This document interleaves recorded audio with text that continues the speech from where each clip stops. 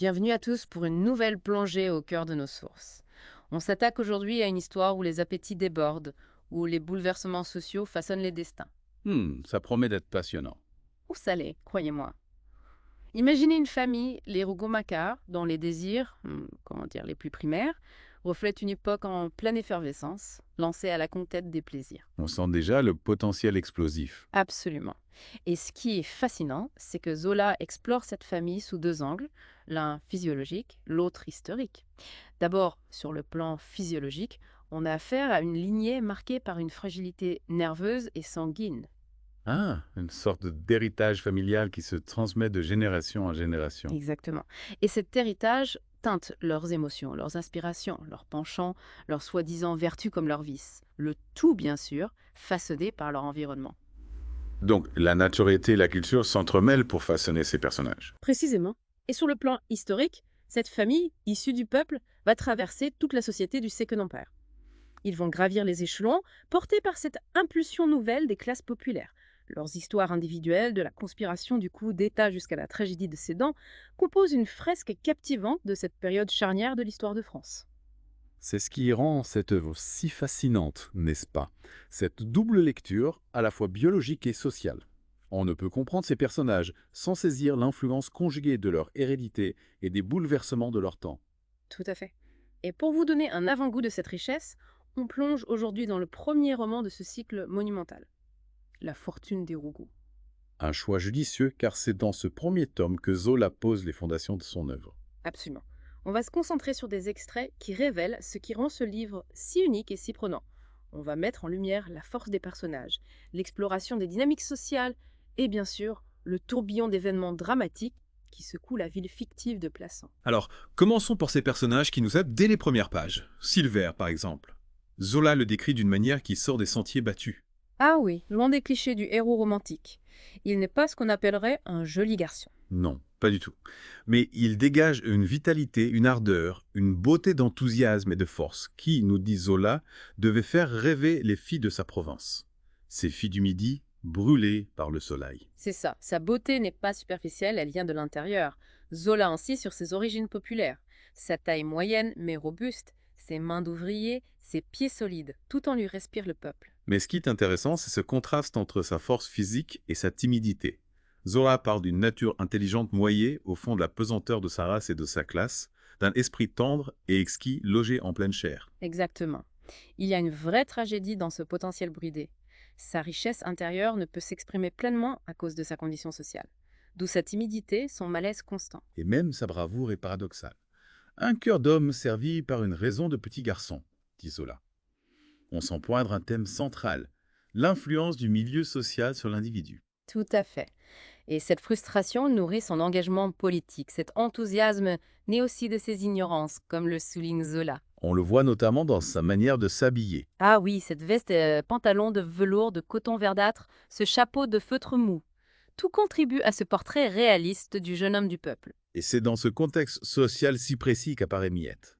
On la découvre à travers le regard de Silver, Oui, lors de leur promenade nocturne. Et ce qui frappe d'emblée, c'est son désir d'être un homme. de pouvoir prendre les armes et se battre. Exactement. Tu es un homme, toi, tu attires des coups de fusil, tu es bien heureux. Cette exclamation pleine de frustration et d'une forme de bravoure nous en dit long sur son tempérament. C'est une jeune femme qui refuse les limitations imposées par son genre, surtout dans ce contexte insurrectionnel. Une vraie force de caractère. Absolument. Et leur romance naissante se déroule dans un cadre idyllique. La route de Nice en 1851. Zola décrit ces hommes séculaires qu'il abordait, plus tard remplacés par des petits platanes. Ces chemins éclairés par la lune, des refuges pour les couples d'amoureux. Des havres de tendresse discrète, comme il le dit si bien. On sent que Zola associe la beauté de la nature à l'éclosion de l'amour. La nature n'est jamais un simple décor chez Zola. Ici, elle participe à l'intimité de Silver et Miette. Ces promenades nocturnes créent un espace hors du temps, loin du tumulte social. Et leur destination préférée, ce sont les ruines d'un moulin à vin. Ah oui, perché sur une colline dominant la vallée de la Viorne et les prairies Sainte-Claire. Un lieu emblématique de leur amour. Au début, ils sont tellement absorbés l'un par l'autre qu'ils ne voient même pas le paysage. Puis, il y a ce moment touchant où Miette, avec une vivacité et une naïveté charmante, dit vouloir embrasser Silver à son retour. Une simple expression d'affection qui émeut profondément Silver. Ils partagent un moment tendre près du moulin en ruine. On est touché par la pureté de leurs sentiments, leur joie simple d'être ensemble. Le moulin en ruine, symbole d'un passé révolu, contraste avec la vitalité de leur amour. Ils poursuivent leur chemin vers le pont sur la Viorne, toujours absorbés l'un par l'autre. Mais cette bulle d'intimité va éclater. L'éruption de l'histoire. Exactement. Alors qu'ils sont sur le pont, surgissent des insurgés chantant la Marseillaise. La réaction de Silver est immédiate. Une joie, un enthousiasme irrépressible. Ils entraînent Miette et grimpent sur un talus pour observer la foule. On voit l'emprise de l'idéologie, de l'action collective sur les destins individuels. C'est un tournant. Pour Miette, c'est un moment douloureux. Elle se sent séparée de Silver par cette bande entière. Ils étaient si unis dans le silence et la clarté de la lune. Et maintenant, Silver semble l'oublier, son regard fixé sur ces inconnus qu'il appelle ses frères. L'amour romantique face à une passion politique plus forte. La description de la colonne insurgée est saisissante. Une longue coulée grouillante et mugissante, indistincte dans l'ombre. Miette est surprise de les voir à plat sang. Zola fait un gros plan sur les premiers hommes. Le grand gaillard, aux têtes carrées, d'une force herculéenne, d'une foi naïve de géant, il porte des haches fraîchement aiguisées. Une image brute de la force populaire en marche, des défenseurs aveugles et intrépides de la République. Silver les reconnaît, nomme leurs origines, et tandis qu'ils s'enthousiasment, Miette se transforme. Elle passe d'une pâle peur à une angoisse voluptueuse de vierge martyre. Elle veut prendre les armes, suivre les insurgés. Ses dents semblent devenir plus longues et plus aiguës. Elle est emportée par le lan de la colonne. Un moment clé. Elle n'est plus une simple amoureuse, elle est prête à s'engager corps et âme. La comparaison avec une vierge martyre suggère un sacrifice imminent. Dans ce tourbillon d'émotions, Miette déclare vouloir rester avec Silver.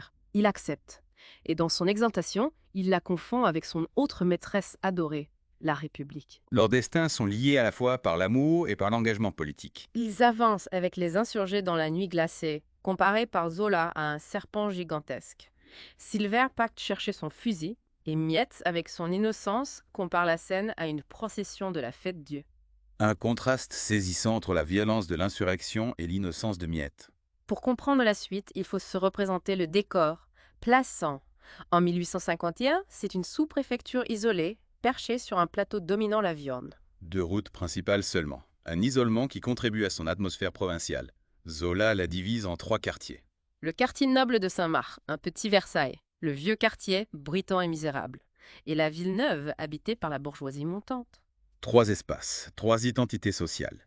Essentielles pour comprendre les dynamiques et les tensions qui traversent le Plassans. Et au cœur de tout ça, on a les Rougon-Macquart, leurs intrigues et leurs ambitions. Prenez Pierre Rougon. Sa manipulation de sa mère Adélaïde après son aventure avec Macquart est glaçante. Un exemple parfait de la façon dont Zola explore les rapports de pouvoir au sein de la famille. Son mariage avec Félicité Puech est tout aussi révélateur. Félicité, cette femme ambitieuse et rusée, petite brune, décrite comme une cigale brune sèche et stridente. Zola souligne le contraste entre son apparence et sa grâce, son aptitude à paraître jolie ou laide à volonté. Elle rêve d'une vie plus fastueuse, jalouse la maison du receveur général. Une vraie force intérieure. Et cette ambition, on la voit dans le Salon jaune. Un lieu central où gravitent des figures comme Monsieur Roudier, l'orléaniste, le commandant Sicardo, le bonapartiste. Et bien sûr, M. Vuillet, le libraire clérical, un opportuniste qui utilise sa gazette de Plassans pour servir ses intérêts. Aristide, le fils de Pierre et Félicité, n'est pas en reste.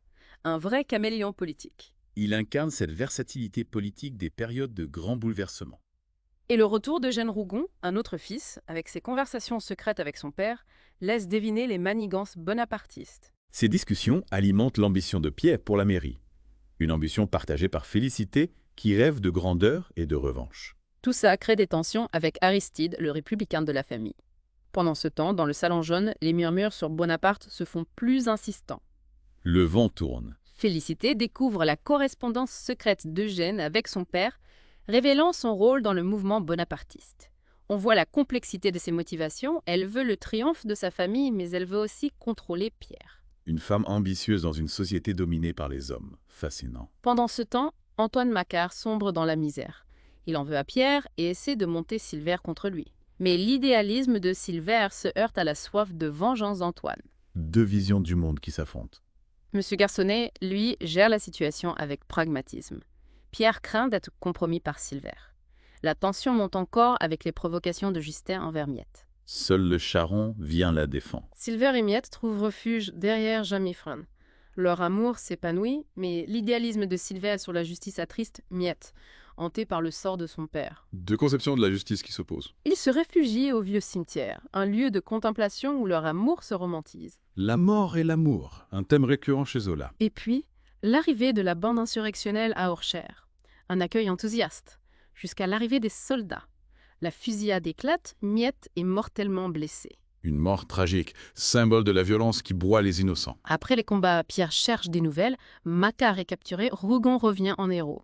Villiers en profite pour prendre le contrôle du bureau de poste. Un vrai opportuniste. Rougon exagère son héroïsme. Félicité manipule Villiers pour contrôler l'information. Elle persuade Macquart de trahir les Républicains. L'embuscade a lieu. Rougon est vu comme un héros. Aristide se rallie au coup d'État. Le cynisme de la politique. L'arrivée des autorités marque le début de la répression.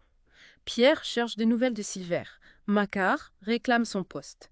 Le dîner des Rougon, une démonstration ostentatoire de leur réussite, provoque l'envie. L'ascension sociale a un prix. Aristide révèle avoir assisté à la mort du père de Silver. Le gendarme Rangade poursuit Silver parmi les prisonniers. Silver est enchaîné. Justin se réjouit de son exécution prochaine. La boucle est bouclée. Un destin tragique annoncé dès le début. On arrive au terme de notre exploration des premiers chapitres de La Fortune des Rougon. On a vu l'introduction magistrale de la famille Rougon-Macquart et du monde tumultueux de Plassans, des portraits de personnages inoubliables, un réseau social complexe, le tout sur fond de bouleversements politiques, l'histoire d'amour tragique de Silver et Miette, l'ambition des Rougon. Un roman captivant qui donne envie de connaître la suite. Un premier tome qui nous plonge dans une saga familiale et historique hors du commun. La richesse des détails, la force des descriptions, la complexité des personnages.